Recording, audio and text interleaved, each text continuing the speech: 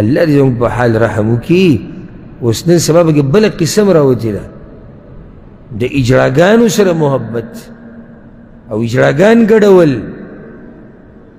او اجراګانو سره ملاقاتونه او اجراګانو دپاره اواز اوچت کوي.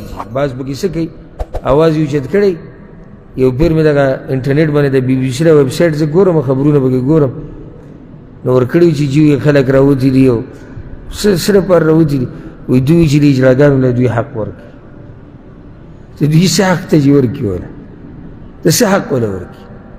خوراک څښاک موږ هم کوو خوراک څښاک دوی هم کوي که نه موږ هم کوو دوی هم کوي مزدوري موږ هم کوو دوی دې هم کوي که نه نو بل کوم حق دی چې غواړي بل څه حق دی چې موږ څه کوو چې هغه کوو او موږ ته دې باقاعده د حکومت د طرف نه پولیسان ودرېږي. داسې قیمتي خلک دي زموږ د معاشرې دوی ته پولیسان هم ودروه.